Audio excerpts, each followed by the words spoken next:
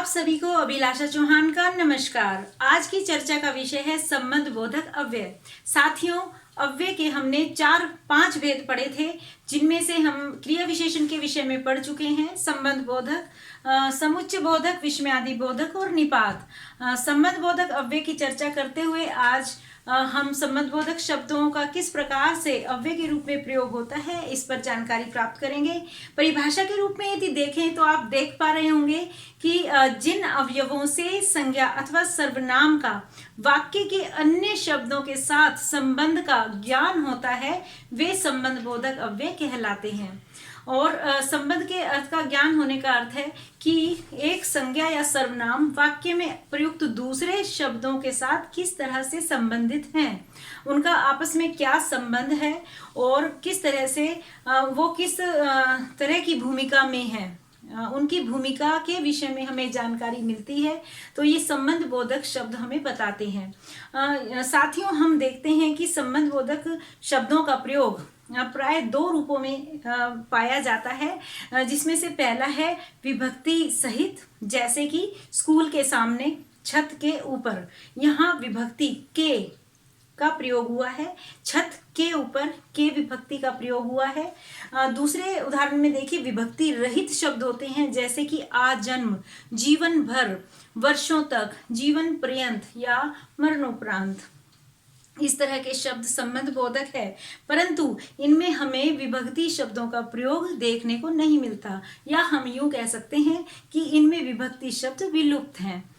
आप देखिए कि संबंध बोधक अव्यय किस तरह से हम इनके वाक्यों में प्रयोग कर सकते हैं। पहला उदाहरण आपके सामने है, जैसे हमारे विद्यालय के सामने मंदिर है, हाथी के पश्चात घोड़े आए, पूर्व की ओर लालिमा है। अब पहले 3 उदाहरण में देखिए कि विद्यालय के सामने मंदिर है या हाथी के पश्चात घोड़े आए, तो किसी में समय का वर्णन है या पूर्व की ओर, इसमें दिशा का वर्णन है।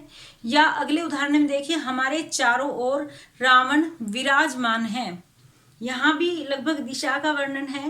राम केवट के सहारे नदी पार उतरे, यहाँ पर किसी के सहारे का या किसी के सपोर्ट का वर्णन है।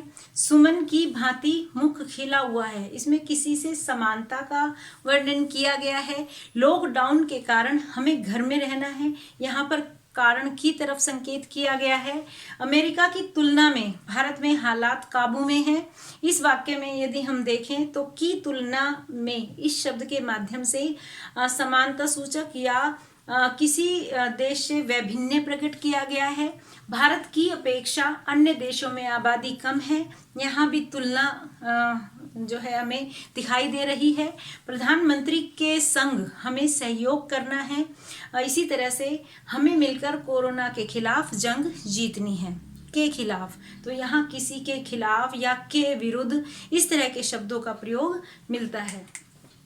संबंध बोधक अव्यय के हमने वाक्यों के रूप में उदाहरण देखे। अब यदि इनको हम किसी प्रकार के वर्ग में रखना चाहें तो हम इस तरह से कह सकते हैं, जैसे स्थान सूचक हमने उदाहरण देखा, के सामने। इसी तरह से और भी हो सकते हैं, जैसे के पास, के ऊपर, के पीछे या के आगे, के नीचे। तो इस तरीके के संबंध बोधक शब्द स्थान सूचक शब्दों की श्रेणी में आते हैं। या यदि हम संबंध बोधक के दूसरे भेद देखें तो देखें, के पश्चात हमने उदाहरण देखा था कि हाथी के पश्चात घोड़े आए या घोड़े के पश्चात हाथी आए, तो वहाँ हमने काल सूचक संबंध बोधक का प्रयोग किया था। इसी तरह से के बाद, के पहले या से पहले भी काल सूचक संबंध बोधक हैं। फिर हमने प्रयोग किया कि की ओर, के चारों ओर। इस तरह के संबंध बोधक दिशा सूचक होते हैं, अर्थात हमें दिशा का ज्ञान कराते हैं। इसी तरह से साधन सूचक, जैसे कि हमने के सहारे, कि राम ने केवट के सहारे नदी पार की, सरयू पार की, तो वह साधन सूचक था। इसी तरह से के द्वारा शब्द का प्रयोग भी देखने को मिलता है। इसी तरह हमने समानता सूचक का प्रयोग किया, जैसे के समान, या हम कभी कभी कहते हैं के बराबर, की भांति या की तरह। तो ये सभी शब्द समानता सूचक संबंध बोधक हैं।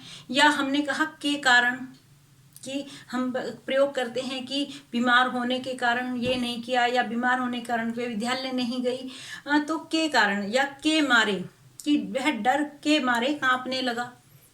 यहाँ पर के मारे तो दोनों ही शब्दों में कारण बताया जा रहा है, तो एक कारण सूचक श्रेणी में रखा जा सकता है। इसी तरह से तुलना सूचक जैसे की अपेक्षा या के आगे, या साथ सूचक जैसे के संग, के सहित या के साथ। जैसे हम कहते हैं कि परिवार के सहित आना, या परिवार सहित आना, या परिवार के साथ आना, ये सभी शब्द साथ सूचक हैं। या विरोध सूचक कि के विरुद्ध या के खिलाफ, कि हम सभी बुराई के खिलाफ हैं, हम सभी बुराई के विरुद्ध हैं। तो ये सभी विरोध सूचक संबंध बोधक शब्द हैं। अब संबंध बोधक शब्दों के उदाहरणों के साथ साथ आपने उनको श्रेणीकृत किया। अब संबंध बोधक शब्दों का प्रयोग हम कई बार देखते हैं कि कभी कभी ये शब्द क्रिया विशेषण अव्यय के रूप में भी प्रयोग में लाए जाते हैं। तो इस एक प्रकार की दुविधा हमारे मन में उत्पन्न होती है कि ये शब्द संबंध बोधक हैं या फिर ये क्रिया विशेषण हैं, क्योंकि कुछ शब्दों का प्रयोग दोनों ही श्रेणियों में होता है। उदाहरण के तौर पर बच्चा घर के भीतर गया। अब घर के भीतर, जब हम कहेंगे के भीतर गया, तो घर के भीतर का प्रयोग करते हैं तो संबंध बोधक अव्यय है। परंतु यदि हम कहते हैं कि बच्चा भीतर बैठा है, तो बैठा क्रिया की विशेषता बताई गई है भीतर, तो यहाँ पर यह क्रिया विशेषण बन जाता है। इसी प्रकार पेड़ के नीचे यात्री थे, जब हम कहते हैं पेड़ के नीचे यात्री थे, तो वह संबंध बोधक है। और यदि हम कहते हैं कि यात्री नीचे बैठे हैं, तो उनके बैठने का स्थान बताया गया, तो ये स्थानवाचक क्रिया विशेषण बन जाता है। इसी तरह से हमारे घर के सामने पार्क है, तो घर के सामने उसकी पोजीशन बताई गई है, तो यहाँ पर ये संबंध बोधक अव्यय है।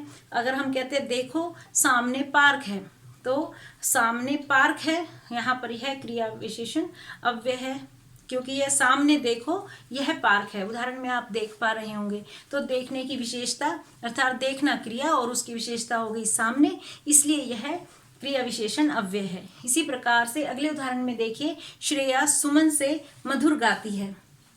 जब हम कहते हैं कि श्रेया सुमन से मधुर गाती है, तो यह तुलना सूचक संबंध बोधक बन जाता है। और हम जब कहते हैं श्रेया मधुर गाती है, तो यह गाना, गाने की विशेषता बताता है, क्रिया की विशेषता बताता है, इसलिए ये क्रिया विशेषण अव्यय बन जाता है। तो प्रयोग के आधार पर ही कुछ शब्द कभी संबंध बोधक अव्यय के रूप में प्रयुक्त होते हैं, तो कभी क्रिया विशेषण अव्यय के रूप में प्रयोग में लाए जाते हैं। तो इस तरह से हमने देखा कि संबंध बोधक अव्यय को हम उनकी विभिन्न श्रेणियों में किस प्रकार रख सकते हैं और उनका किस प्रकार से वाक्यों में प्रयोग कर सकते हैं। धन्यवाद।